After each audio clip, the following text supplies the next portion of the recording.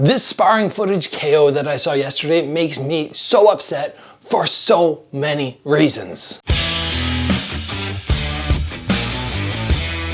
If you are looking to up your striking skills, you want to take them to that next level, be sure to check out my Strike Ready courses. We have offense, defense, takedown, and movement. All of these are going to help you pinpoint in on your weakness and really build it. 25 plus videos for each course with 3 recorded live calls. Now, I was just scrolling through the internet the other day, looking at some stuff, and saw this big, massive KO.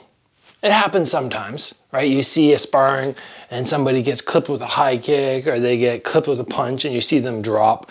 I've been in classes before where I've seen people knock others down, and unfortunately I've even done that, I think, 2 or 3 times myself in sparring, where you're just moving around, you're trying to boom, and the person's down.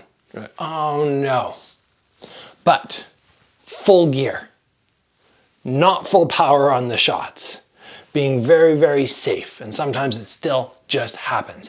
When I look at this footage, the first thing I go is, they don't have shin pads on. If you don't have shin pads on, you shouldn't be kicking very hard. Number 2, you have MMA gloves on, small MMA gloves. Why are you sparring with small MMA gloves? That's crazy to be doing that. But the kick that we're looking at that lands is a cartwheel kick. Now I believe I might already have a tutorial. If I do, I'll link it right up there on how to do this kick. But the first thing that I noticed when this guy did it, he takes a step to the inside, which is very odd. Normally when you do this one, you step outwards and you place your hand down, and a big part of this is getting your feet, your hips, above your head. But he actually comes more really horizontal with this. Really maximizes the power. Of course, you should see this coming and just back up. As soon as somebody does something like that, you just create space. They're gonna miss. Unfortunately, the guy he's sparring does not do that. He stands his ground, and for some reason, he must think it's a takedown initially. He kind of drops his weight, and then he goes to reach with his hands, and his head is wide open. What makes me so mad about this is, number 1, the fact that you don't have shin pads on, and number 2, there's complete lack of control on that kick. It just whips through. And if you cannot throw a technique with control, you should not be throwing it in sparring.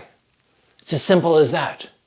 If I'm going to do a question mark kick and I don't have the ability to pull it, there's no way I should just be throwing it up if I know all I can do is send it through full power. Same thing on a cartwheel kick. If you cannot get to this position and get up and go, oh, okay, I'm gonna pull that kick, and it's a hard kick to pull, right? Because you're up here, your weight's coming through, but you still have to have the ability to pull it. If you can't do that, you should not be trying to execute this kick in rounds with no shin pads with that amount of power. It's a great lesson to everybody out there, because there are people who throw techniques recklessly, they lack the control, and I understand sometimes sparring gets heated, and I don't know what happened in this clip, or in the sparring match before this clip. Maybe the other dude tried to knock him out really hard and he was just like, oh, okay, I'm getting some payback. But I don't care what this dude did. There is no reason to lay somebody out where their legs have locked and they're kind of twitching away. That's going to be a KO that's going to stick with that dude for a little bit, right? Whether it's a couple days, a week, a month, even longer, where he has to work on recovery. So dangerous. So guys, number 1, be sure to wear appropriate gear when you spar. If you're prepping up for an MMA fight and you want to do gloves and no shin pads, you should just be flowing through, ready to pull every shot. That's all you need. Anything beyond that is unsafe. Don't be a fool. And then if you are sparring with somebody and you see the chance to land a power kick, pull the shot. Put ego aside, pull the shot, save your partner's brain cells, and be a good person. That's my thought on this whole thing. Anyway, I wanted to share the clip with you and just hopefully spread some common courtesy when you go and do your rounds.